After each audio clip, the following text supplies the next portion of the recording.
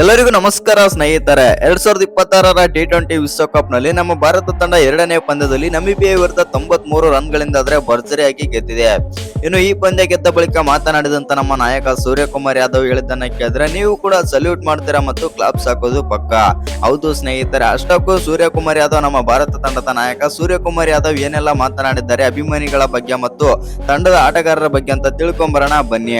ಇನ್ನು ಪಾಕಿಸ್ತಾನದ ಪಂದ್ಯದ ಬಗ್ಗೆನೂ ಕೂಡ ಮಾತಾಡಿದ್ದಾರೆ. ಅಷ್ಟಕ್ಕೂ ಏನೆಲ್ಲ ಮಾತನಾಡಿದ್ದಾರೆ ನಾಯಕ ಸೂರ್ಯಕುಮಾರ್ ಯಾದವ್ ಅಂತ ತಿಳ್ಕೊಂಬರೋಣ ಬನ್ನಿ. ಅದಕ್ಕಿಂತ ಮುಂಚೆ ನೀವೇನಾದರೂ ಚಾನಲ್ಗೆ ಸಬ್ಸ್ಕ್ರೈಬ್ ಮಾಡ್ಕೊಳ್ಳೋದು ಹಾಗೆ ನೋಡ್ತಿದ್ರೆ ಸಬ್ಸ್ಕ್ರೈಬ್ ಮಾಡ್ಕೊಂಡು ಬೆಲ್ ಐಕಾನ್ ಅನ್ನ ಆಲ್ ಇಟ್ಕೊಳ್ಳಿ. ಹಾಗೆ ಮರಿದೆ ವಿಡಿಯೋಗೊಂದು ಲೈಕ್ ಕೊಡೋದನ್ನ ಕೂಡ ಮರಿಬೇಡಿ. ಇನ್ನು ಇದೇ ಫೆಬ್ರವರಿ 15ನೇ ತಾರೀಕು ಪಾಕಿಸ್ತಾನದ ವಿರುದ್ಧ ನಮ್ಮ ಭಾರತ ತಂಡ ಪಾಕಿಸ್ತಾನ ವಿರುದ್ಧ ಮೂರನೇ ಪಂದ್ಯ ಆಡಲಿದೆ. ಇನ್ನು ಪಾಕಿಸ್ತಾನ ವಿರುದ್ಧದ ಆ ಪಂದ್ಯದಲ್ಲಿ ನಮ್ಮ ಭಾರತ ತಂಡ ಗೆಲ್ಲುತ್ತಾ ಇಲ್ವಾ ಅಂತ ಕಮೆಂಟ್ ಮಾಡೋದನ್ನ ಮರಿಬೇಡಿ. ಇನ್ನು ನಿಮ್ಗೆಲ್ಲ ಗೊತ್ತಾಯಿದೆ, ನಮ್ಮ ಭಾರತ ತಂಡ ಬಂದ್ಬಿಟ್ಟು ಮೊದಲನೇ ಪಂದ್ಯದಲ್ಲೂ ಕೂಡ USA ವಿರುದ್ಧ ಭರ್ಜರಿಯಾಗಿ ಗೆದ್ದಿತ್ತು. ಇದೀಗ ವಿಶ್ವಕಪ್ನ ಎರಡನೇ ಪಂದ್ಯದಲ್ಲಿ ನಮ್ಮ ಭಾರತ ತಂಡ ನಮಿಬಿಯಾ ವಿರುದ್ಧ 93 ರನ್ಗಳಿಂದ ಗೆಲ್ಲುತ್ತೆ. ಇನ್ನು ಈ ಪಂದ್ಯದಲ್ಲಿ ಮೊದಲು ಬ್ಯಾಟಿಂಗ್ ಮಾಡಿದಂತ ನಮ್ಮ ಭಾರತ ತಂಡ 209 ರನ್ ಹೊಡಿತಾರೆ. ಎಸ್ಪೆಷಲಿ ಹೇಳ್ಬೇಕಂತಂದ್ರೆ ಇದರಲ್ಲಿ ಬಂದ್ಬಿಟ್ಟು ಇಶಾನ್ ಕಿಶನ್ ಮತ್ತು ಹಾರ್ದಿಕ್ ಪಾಂಡ್ಯ ಬೆಂಕಿ ಬ್ಯಾಟಿಂಗ್ ಮಾಡ್ತಾರೆ ಅಂದ್ರೂ ತಪ್ಪಿಲ್ಲ. ಹೌದು ಸ್ನೇಹಿತರೆ, ಇಶಾನ್ ಕಿಶನ್ ಮತ್ತು ಹಾರ್ದಿಕ್ ಪಾಂಡ್ಯ ಅವರ ಅಮೋಘ ಪ್ರದರ್ಶನದ ಬ್ಯಾಟಿಂಗ್ ನಿಂದಾಗಿ ನಮ್ಮ ಭಾರತ ತಂಡ 200+ ರನ್ ಕಲೆ ಹಾಕ್ತಾರೆ. ಇಶಾನ್ ಕಿಶನ್ ಅವರು 24 ಬಾಲ್ಗಳಲ್ಲಿ 60 ರನ್ ಆಡಿ ಇದರಲ್ಲಿ 5 6 ಮತ್ತು 6 4ಗಳ ಸಹಾಯದಿಂದ 254ರ ಸ್ಟ್ರೈಕ್ ರೇಟ್ ನಲ್ಲಿ ಬ್ಯಾಟಿಂಗ್ ಮಾಡ್ತಾರೆ.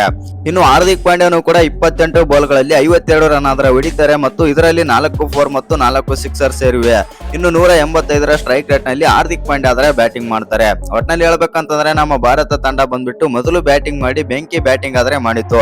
ಇವತ್ತಿನ ಪಂದ್ಯದಲ್ಲಿ ಹೌದು, ಸಂಜು ಸ್ಯಾಮ್ಸನ್, ತಿಲಕ್ ವರ್ಮಾ ಮತ್ತು ರಿಂಕು ಸಿಂಗ್, ಶಿವಮ್ ದುಬೆ ಮತ್ತು ಸೂರ್ಯಕುಮಾರ್ ಯಾದವ್ ಈ 5 ಜನ ಬಂದ್ಬಿಟ್ಟು ಬ್ಯಾಟರ್ಸ್ ಕೈ ಕೊಟ್ರು. ಆದ್ರೂ ಕೂಡ ನಮ್ಮ ಭಾರತ ತಂಡ 200+ ರನ್ ಕಲೆ ಹಾಕಿತ್ತು.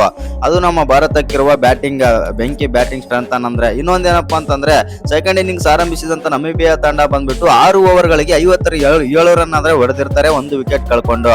ಇನ್ನು ಆಲ್ಮೋಸ್ಟ್ ಆಲ್ ಆಗಿ ನಮಿಬಿಯಾ ತಂಡವನ್ನು ಸ್ವಲ್ಪ ಚೇಜಿಂಗ್ ಮಾಡೋ ರೀತಿ ಆದ್ರೆ ಸ್ವಲ್ಪ ಕಾಣ್ತಾ ಇತ್ತು ಅಂತ ಹೇಳ್ಬೋದು.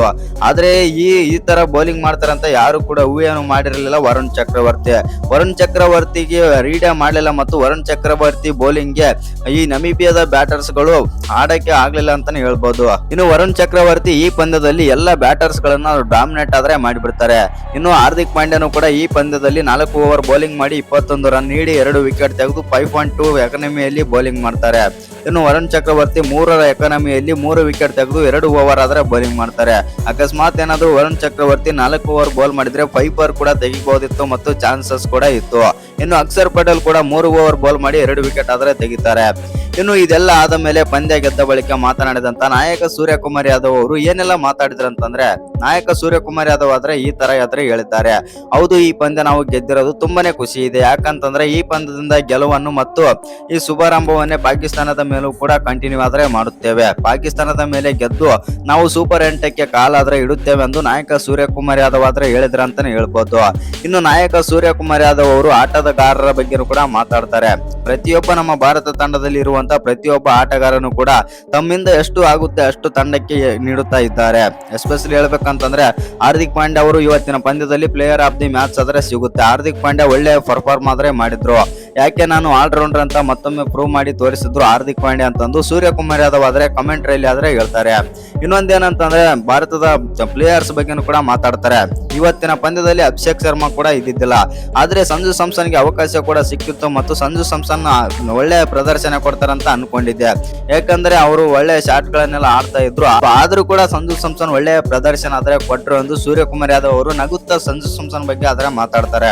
ಇನ್ನು ಇಶಾನ್ ಕಿಶನ್ ಬಗ್ಗೆನೂ ಕೂಡ ಮಾತಾಡ್ತಾರೆ ಸೂರ್ಯಕುಮಾರ್ ಯಾದವ್. ಹೌದು ಸ್ನೇಹಿತರೆ, ಇಶಾನ್ ಕಿಶನ್ ಅವರು ಭಾರತ ತಂಡಕ್ಕೆ ಓಪನರ್ ಆಗಿ ಸೆಟ್ಲ್ ಆದ ರೀತಿ ಕಾಣ್ತಾ ಇದ್ದಾರೆ. ಪ್ರತಿ ಪಂದ್ಯದಲ್ಲೂ ಕೂಡ ತಮ್ಮ ಕೊಡುಗೆಯನ್ನಾದ್ರೆ ಕೊಡ್ತಾ ಇದ್ದಾರೆ ಮತ್ತು ಇಶಾನ್ ಕಿಶನ್ ಅವರು ಅದ್ಭುತವಾಗಿ ಬ್ಯಾಟಿಂಗ್ ಮಾಡ್ತಾ ಇದ್ದಾರೆ. ಆ ಕಾರಣದಿಂದಾಗಿ ಇಶಾನ್ ಕಿಶನ್ ಅವರು ಮುಂದಿನ ಪಂದ್ಯದಲ್ಲೂ ಕೂಡ ಪಾಕಿಸ್ತಾನದ ಮೇಲೆ ಕೂಡ ಇದೇ ರೀತಿ ಆಡ್ತಾರಂತ ಅನ್ಕೊಂಡಿದ್ದೀನಿ ಅಂತಂದು ನಾಯಕ ಸೂರ್ಯಕುಮಾರ್ ಯಾದವ್ ಹೇಳ್ತಾರೆ ಅಂತಾನೆ ಹೇಳ್ಬೋದು.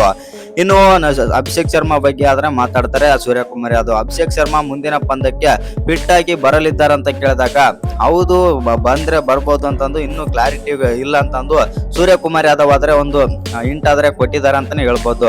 ನನ್ನ ಪ್ರಕಾರ ನೋಡೋದಾಯ್ತು ಅಂತಂದ್ರೆ ನಾಯಕ ಸೂರ್ಯಕುಮಾರ್ ಹೇಳೋ ಪ್ರಕಾರ ಮುಂದಿನ ಪಂದ್ಯದಲ್ಲಿ ಅಭಿಷೇಕ್ ಶರ್ಮಾ ಆಡ್ತಾರೆ. ಈ ಪಂದ್ಯ ಗೆದ್ದ ಬಳಿಕ ಮಾತನಾಡಿದಂತ ನಾಯಕ ಸೂರ್ಯಕುಮಾರ್ ಯಾದವ್ ಅವರು ಇನ್ನಷ್ಟು ಕೂಡ ಮಾತಾಡ್ತಾರೆ. ಹೌದು, ಈ ಪಂದ್ಯದಲ್ಲಿ ಒಳ್ಳೆಯ ಪ್ರದರ್ಶನ ಕೊಟ್ಟು ನಾವು ಗೆದ್ದಿದ್ದೇವೆ. ನಮ್ಮ ಬೌಲರ್ಸ್ ಮತ್ತು ಬ್ಯಾಟರ್ಸ್ ತುಂಬಾನೇ ಫಾರ್ಮ್ ನಲ್ಲಿ ಇದ್ದಾರೆ. ಪಾಕಿಸ್ತಾನದ ಮೇಲೆ ನಾವು ಡಾಮಿನೇಟ್ ಪ್ರದರ್ಶನ ಕೊಟ್ಟು ಪಾಕಿಸ್ತಾನಕ್ಕೆ ನಾವು ಏನು ಅಂತ ಮತ್ತೊಮ್ಮೆ ಪ್ರೂವ್ ಮಾಡ್ತೀವಿ ಅಂತಂದು ನಾಯಕ ಸೂರ್ಯಕುಮಾರ್ ಯಾದವ್ ಆದ್ರೆ ಹೇಳಿದ್ದಾರೆ. ಇನ್ನು ಈ ವಿಡಿಯೋ ಇಷ್ಟ ಆಗಿದ್ರೆ ಒಂದು ಲೈಕ್ ಮಾಡಿ, ಶೇರ್ ಮಾಡಿ, ಹಾಗೆ ಇನ್ನು ಯಾರು ಚಾನಲ್ಗೆ ಸಬ್ಸ್ಕ್ರೈಬ್ ಮಾಡ್ಕೊಂಡಿಲ್ಲ ಸಬ್ಸ್ಕ್ರೈಬ್ ಮಾಡ್ಕೊಳ್ಳಿ. ಇನ್ನು ಭಾರತ ಮತ್ತು ನಮಿಬಿಯಾ ನಡುವಿನ ವಿಶ್ವಕಪ್ನ 2ನೇ ಪಂದ್ಯದ ಹೈಲೈಟ್ಸ್ ಬಗ್ಗೆನೂ ಕೂಡ ಸ್ವಲ್ಪ ತಿಳ್ಕೊಂಬರೋಣ ಬನ್ನಿ. ಇನ್ನು ಭಾರತ ತಂಡವು 2026ರ T20 ವಿಶ್ವಕಪ್ ನಲ್ಲಿ ಸತತ 2ನೇ ಗೆಲುವು ಸಾಧಿಸಿದೆ. ಇನ್ನು ದೆಹಲಿ ಅರುಣ್ ಜೇಟ್ಲಿ ಕ್ರೀಡಾಂಗಣದಲ್ಲಿ ಭಾರತ ತಂಡವು ನಮಿಬಿಯಾವನ್ನು ಆದರೆ ಎದುರಿಸಿತು. ಇನ್ನು ಈ ಪಂದ್ಯವನ್ನು ಭಾರತ ತಂಡ 93 ರನ್ಗಳಿಂದ ಬೃಹತ್ ಅಂತರದಿಂದ ಆದರೆ ಗೆದ್ದುಕೊಂಡಿದೆ. ಇದು T20 ವಿಶ್ವಕಪ್ ನಲ್ಲಿ ಭಾರತದ ಅತಿ ದೊಡ್ಡ ರನ್ಗಳ ಗೆಲುವು ಅಂತಾನೆ ಹೇಳ್ಬೋದು. ಟಾಸ್ ಸೋತು ಮೊದಲು ಬ್ಯಾಟಿಂಗ್ ಮಾಡಿದ ಭಾರತ ತಂಡ 9 ವಿಕೆಟ್ ಕಳೆದುಕೊಂಡು 209 ರನ್ ಗಳಿಸಿತು. ಇದಕ್ಕೆ ಉತ್ತರವಾಗಿ ನಮಿಬಿಯಾ ಉತ್ತಮ ಆರಂಭವನ್ನೇ ನೀಡಿತು. ಆದರೆ ಟೀಂ ಇಂಡಿಯಾದ ಸ್ಪಿನ್ ಬೌಲರ್ಗಳ ದಾಳಿಗೆ ನಮಿಬಿಯಾ ಇನ್ನಿಂಗ್ಸ್ ಕುಸಿಯಿತು ಮತ್ತು ಪರಿಣಾಮಕಾರಿ ಎಂದರೆ ನಮಿಬಿಯಾ ತಂಡ 18.2 ಓವರ್ಗಳಲ್ಲಿ 116 ರನ್ಗಳಿಗೆ ಆಲ್ಔಟ್ ಆಯಿತು. ಇನ್ನು ಭಾರತ ತಂಡ ಗೆಲುವಿನಲ್ಲಿ ಇಶಾನ್ ಕಿಶನ್, ಹಾರ್ದಿಕ್ ಪಾಂಡ್ಯ ಮತ್ತು ವರುಣ್ ಚಕ್ರವರ್ತಿ ಹೀರೋಗಳಾಗಿ ಮಿಂಚಿದರು. ಇಶಾನ್ ಕಿಶನ್ ಮತ್ತು ಹಾರ್ದಿಕ್ ಪಾಂಡ್ಯ ಸ್ಫೋಟಕ ಬ್ಯಾಟಿಂಗ್ ಮಾಡಿ ಭಾರತ ತಂಡ 200ರ ಗಡಿ ದಾಟುವಂತೆ ಮಾಡಿದರು. ವರುಣ್ ಚಕ್ರವರ್ತಿ ಒಂದು ಕಡೆ ತಮ್ಮ ಮಾಂತ್ರಿಕ ಸ್ಪಿನ್ ಬೌಲಿಂಗ್ ಮೂಲಕ 3 ವಿಕೆಟ್ ಪಡೆದು ನಮಿಬಿಯಾ ತಂಡವನ್ನು ಕಟ್ಟಿ ಹಾಕಿದರು. ಇನ್ನು ಈ ಗೆಲುವಿನೊಂದಿಗೆ ಭಾರತ ತಂಡವು ಪಾಕಿಸ್ತಾನವನ್ನು ಹಿಂದಿಕ್ಕಿ ಗ್ರೂಪ್ ಎ ನಲ್ಲಿ ಪಾಯಿಂಟ್ಸ್ ಪಟ್ಟಿಯಲ್ಲೂ ಕೂಡ ಅಗ್ರಸ್ಥಾನಕ್ಕೆ ಅದರ ತಲುಪಿದೆ. ಇನ್ನು ಇಶಾನ್ ಕಿಶನ್ ಅವರ ಅರ್ಧಶತಕ. ಹೌದು ಸ್ನೇಹಿತರೆ, ಸಂಜು ಸ್ಯಾಮ್ಸನ್ ಭಾರತಕ್ಕೆ ಅದ್ಭುತ ಆರಂಭ ಏನೋ ನೀಡಿದರು. ಅವರು 3 ಸಿಕ್ಸರ್ ಮತ್ತು 1 4 ಬಾರಿಸಿ ಆದರೆ 2ನೇ ಓವರ್ನ ಕೊನೆಯ ಎಸೆತದಲ್ಲಿ ಔಟ್ ಆದರು. ಇದಾದ ನಂತರ ತಿಲಕ್ ವರ್ಮಾ ಅವರೊಂದಿಗೆ ಇಶಾನ್ ಕಿಶನ್ 2ನೇ ವಿಕೆಟ್ಗೆ 31 ಬಾಲ್ಗಳಲ್ಲಿ 79 ರನ್ ಗಳಿಸಿ ತಂಡವನ್ನು 100ರ ಗಡಿ ದಾಟಿಸಿದರು. ಇಶಾನ್ ಕಿಶನ್ ಅವರೇ 6ನೇ ಓವರ್ನಲ್ಲಿ ಸತತ 4 ಸಿಕ್ಸರ್ಗಳನ್ನು ಬಾರಿಸುವ ಮೂಲಕ 20 ಎಸೆತಗಳಲ್ಲಿ ಅರ್ಧಶತಕ ಕೂಡ ಪೂರೈಸಿದರು. ಭಾರತ ತಂಡವು 7ನೇ ಓವರ್ನಲ್ಲಿ 100 ರನ್ ದಾಟಿತಂತಾನೆ ಹೇಳ್ಬೋದು. ಇನ್ನು 8ನೇ ಓವರ್ನ ಮೊದಲನೇ ಎಸೆತದಲ್ಲಿ ಅವರು ಔಟ್ ಆದರು. ಇನ್ನು ಈ ಪಂದ್ಯದಲ್ಲಿ ಇಶಾನ್ ಕಿಶನ್ ಅವರು 24 ಬಾಲ್ಗಳಲ್ಲಿ 5 6 ಮತ್ತು 6 4ಗಳೊಂದಿಗೆ 61 ರನ್ ಗಳಿಸಿದರು. ಇನ್ನು ಈ ಪಂದ್ಯದಲ್ಲಿ ನಮಿಬಿಯಾ ಸ್ಪಿನ್ನರ್ಗಳ ಬಗ್ಗೆ ಮಾತಾಡಲೇಬೇಕು. ಹೌದು ಸ್ನೇಹಿತರೆ, ಇದಾದ ನಂತರ ನಮಿಬಿಯಾದ ಸ್ಪಿನ್ನರ್ಗಳು ಭಾರತದ ಬ್ಯಾಟರ್ಗಳನ್ನು ಒತ್ತಡಕ್ಕೆ ಸಿಲುಕಿಸಿದರು. ನಾಯಕ ಸೂರ್ಯಕುಮಾರ್ ಯಾದವ್ 13 ಬಾಲ್ಗಳಲ್ಲಿ 12 ರನ್ ಗಳಿಸಿ ಔಟ್ ಆದರೆ ತಿಲಕ್ ವರ್ಮಾ 21 ಬಾಲ್ಗಳಲ್ಲಿ 3 4ಗಳೊಂದಿಗೆ 25 ರನ್ ಗಳಿಸಿ ಇನ್ನಿಂಗ್ಸ್ ಆಡಿದರು. ಇನ್ನು 12 ಓವರ್ಗಳ ನಂತರ ಭಾರತದ ಸ್ಕೋರ್ ಬಂದ್ಬಿಟ್ಟು 4 ವಿಕೆಟ್ ಕಳೆದುಕೊಂಡು 120 ರನ್ಗಳಾಗಿತ್ತು. ಇಲ್ಲಿಂದ ಹಾರ್ದಿಕ್ ಪಾಂಡ್ಯ ಮತ್ತು ಶಿವಮ್ ದುಬೆ 39 ಬಾಲ್ಗಳಲ್ಲಿ 81 ರನ್ ಸೇರಿಸಿದರು. ಈ ಮೂಲಕ ಭಾರತವನ್ನು 200ರ ಗಡಿ ದಾಟಿಸಿದರು ಮತ್ತು ಟೀಂ ಇಂಡಿಯಾ 205 ರನ್ಗಳಲ್ಲಿ ಹಾರ್ದಿಕ್ ಪಾಂಡ್ಯ ರೂಪದಲ್ಲಿ 5ನೇ ವಿಕೆಟ್ ಕಳೆದುಕೊಂಡಿತು.